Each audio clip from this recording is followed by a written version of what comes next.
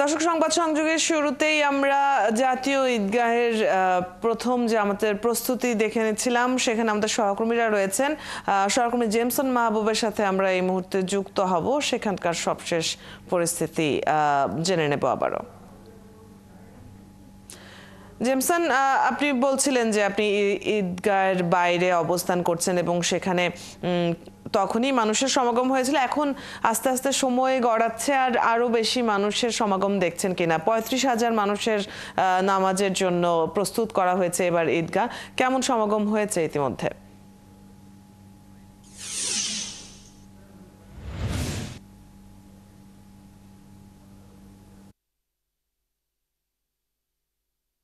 আপনি দেখছেন যে আমার পেছনেই কিন্তু দেখছেন যে মানুষের যে আপনার কিছু ঢলের কিছু চিত্র আপনি দেখছেন।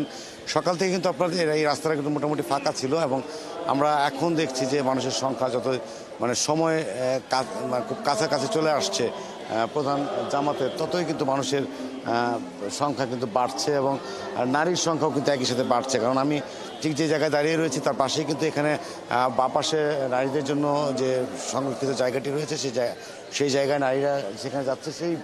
সেই লাইনটাও কিন্তু আমরা দেখেছি যে সময় বাড়ার সাথে সাথে যতই ঘনিয়ে আসছে ততই কিন্তু লম্বা হচ্ছে। এবং একই সাথে আমার ডান পাশে যে পুরুষের যে লাইনটা, এটি কিন্তু একদম মেন গেটে ঢোকার জন্য যে লাইনটা, মানে হচ্ছে যে একেবারে প্রধান গেট থেকে শুরু করে আপনার হাইকোর্টের যে মাজার গেটটা রয়েছে সেই গেট পর্যন্ত কিন্তু এই লাইন চলে গেছে। এবং প্রত্যেকটি মানুষকে তারা আসলে নিরাপত্তা আইনশৃঙ্খলা বাহিনীর সদস্যরা যে কোনো নাশকতা এড়াতে তারা কিন্তু তৎপর রয়েছে, এবং সবাইকেই মোটামুটি তল্লাশি করা হচ্ছে। এবং যারা মোটামুটি আপনার ঈদের মধ্যে শুধুমাত্র জায়নামাজ কিংবা অন্য কিছু ছাড়া জায়নামাজ কিংবা বড় বড় ব্যাগ যারা নিয়ে আসছে তাদেরকে কিন্তু ভেতরে ব্যাগ নিয়ে ভিতরে ঢুকতে দেওয়া হচ্ছে না। শুধুমাত্র জায়নামাজ এবং ছোট ছোট পার্স যেগুলো হচ্ছে সেগুলো অ্যালাউ করা হচ্ছে, যেমন মানি ব্যাগ কিংবা আপনার ছোট মহিলাদের জন্য মহিলাদের যে ছোটো পার্স রয়েছে সেগুলো ছাড়া বড় ব্যাগ কিংবা অন্য কোনো কিছু ভেতরে ঢুকতে দেওয়া হচ্ছে না, অ্যালাউ করা হচ্ছে না। জায়নামাজ নিয়েই তারা কিন্তু যাচ্ছে। তো এই অবস্থা আমরা দেখছি, এবং প্রত্যেকটি মানুষকে মোটামুটি তল্লাশি করা হচ্ছে, এবং সবাইকে বলে দেওয়া হচ্ছে যে ব্যাগ ছাড়া কেউ ব্যাগ নিয়ে ভেতরে ঢুকতে দেওয়া যায়। যে কারণে অনেক নারীদেরকে আমরা দেখেছি যে এখানে ব্যাগ নিয়ে এসেছে,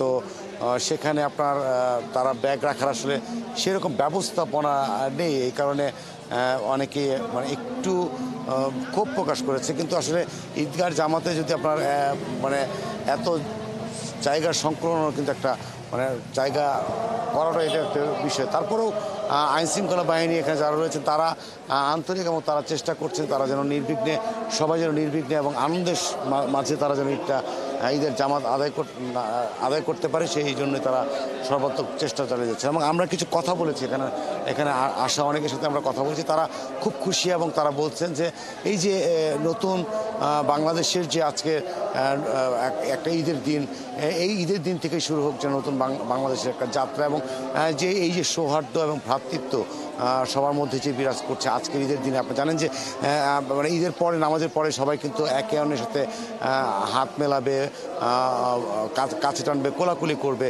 এবং এই যে ভ্রাতৃত্বর যে বন্ধন এই ঈদে রচিত হয়, সেই বন্ধন যেন সারা বছর এবং সারা জীবন যেন থাকে। কারণ হচ্ছে যে বাংলাদেশ, যে আপনার যে বাংলাদেশ আজকে কিন্তু আপনার বাংলাদেশ হচ্ছে ৫ই আগস্টের পরে, গণ অভ্যুত্থানের পরে প্রথম ঈদ, এবং অন্তর্বর্তীকালীন সরকারের প্রথম ঈদ। এবং সেই ক্ষেত্রে বলা যায় যে এই ঈদটা একটা বৈষম্যহীন বাংলাদেশের ঈদ, এবং ভ্রাতৃত্বের একটা বন্ধন এই ঈদে রচিত হবে। এবং এখানে ঈদের যে শিক্ষা, এবং এখানে যে ওয়াজ করা হচ্ছে, যে বয়ান দেওয়া হচ্ছে, সেই বয়ান যেন শুধু কাগজে কলমে না থাকে, কিংবা মানুষ যেন এই বয়ানটি শুধু শুনেই গেল এমন কিছু না, এই বয়ান থেকে শিক্ষা নিতে, এবং সেই শিক্ষাটা আমাদের সামাজিক এবং পারিপার্শ্বিক জীবনে সেটি কিন্তু প্রয়োগ করতে হবে।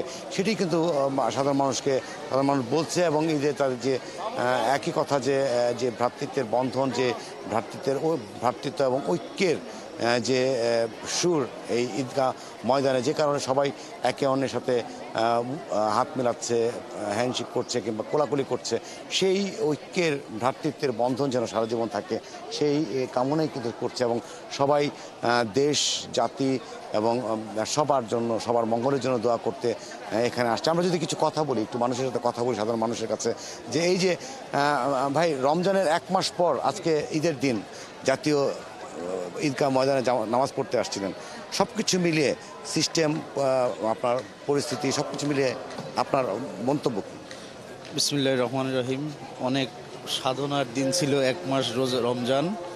অনেক অনেক ভালো লাগতেছে, অনেক নিয়মকানুন, মানে মনে হচ্ছে যে গতবার দেখছি যে সব মিলায়ে ওই গেটের সামনে ভিড় করছে, এখন দেখছি লাইনে যাইতেছে, সুশৃঙ্খলভাবেই হইতেছে, আমার মনে হইতেছে অনেক ভালো হইতেছে। আমি আরেকজনের সাথে কথা বলি, এই যে ঈদের নামাজ পড়তে আসেন 1 মাস সিয়াম সাধনার পরে, প্রত্যাশা কি হবে? হ্যাঁ, প্রত্যাশা কি হবে? দোয়া আল্লাহর কাছে কি চাইবেন? দেশের জন্য ভালো মঙ্গল কামনা, সারা বিশ্বের মুসলমান যেমন এক হয়ে যায়, ঐক্য হয়ে যায়, ফিলিস্তিনি যদি অত্যাচার বন্ধ হয়, এগুলি দোয়া করবো আল্লাহর কাছে, ফিলিস্তিনি অত্যাচারটা বন্ধ হয়ে যায়, এত মারতাছে তাদের, মুসলিম বিশ্ব যেমন এক হয়ে যায়, বিশেষ করে বাংলাদেশে যেমন পূর্ণ সমর্থন থাকে এটার মধ্যে। আমাদের বৃহত্তর ঐক্য একটা দরকার আমাদের, আমি এটা মনে করি আর কি, বৃহত্তর ঐক্য দরকার। আমি আরেকজনের সাথে একটু কথা বলি যে দেখছেন যে আপনার নারী পুরুষ কিন্তু মানে একই সাথে কিন্তু এই প্রধান জামাতে শরীক হওয়ার চেষ্টা করছে। মুরব্বী, আপনি কোথা থেকে আসছেন? বরিশাল। বরিশাল থেকে আসছেন? আচ্ছা আচ্ছা। এই ঈদের জামাত নামাজ পড়ার জন্য, হ্যাঁ, মানে এই যে মানে প্রত্যাশা কি হবে, কেন? ও তা সে আল্লাহ পাক ওয়াজিব করছেন ঈদের নামাজ দিয়ে শুরু, ঈদ মানে খুশি, সবাইকে নিয়ে ভাগাভাগি করিয়াই ঈদ উদযাপন করাটাই এটা শরিয়াত বা কোরআন হাদিস ভিত্তিক কার্যক্রম। এটা চাওয়া কি হবে? সব আল্লাহর কাছে প্রত্যাশা, আমাদের জন্মভূমি বাংলাদেশ যেন সমৃদ্ধ অর্জন করে এবং শান্তি প্রতিষ্ঠিত হয়, আল্লাহর দিন প্রতিষ্ঠিত হয়, সেইটাই আমাদের চাওয়া পাওয়া একমাত্র। সন্ত্রাস, নৈরাজ্য, যত প্রকার দুর্নীতি সব যেন দমন হয়ে যায়, সেইটাই আমাদের প্রত্যাশা। অদিত, আপনি শুনছিলেন যে যারা প্রধান জামাতে শরীক হতে এসেছে এবং বিভিন্ন জায়গা থেকে তারা কিন্তু এসেছে এবং তাদের প্রত্যাশা একটাই যে সমৃদ্ধিশালী বাংলাদেশ। জি, আমরা আপনার মাধ্যমে ঈদের প্রথম জামাতে অংশগ্রহণ করতে আসা মুসল্লিদের কথাও শুনছিলাম।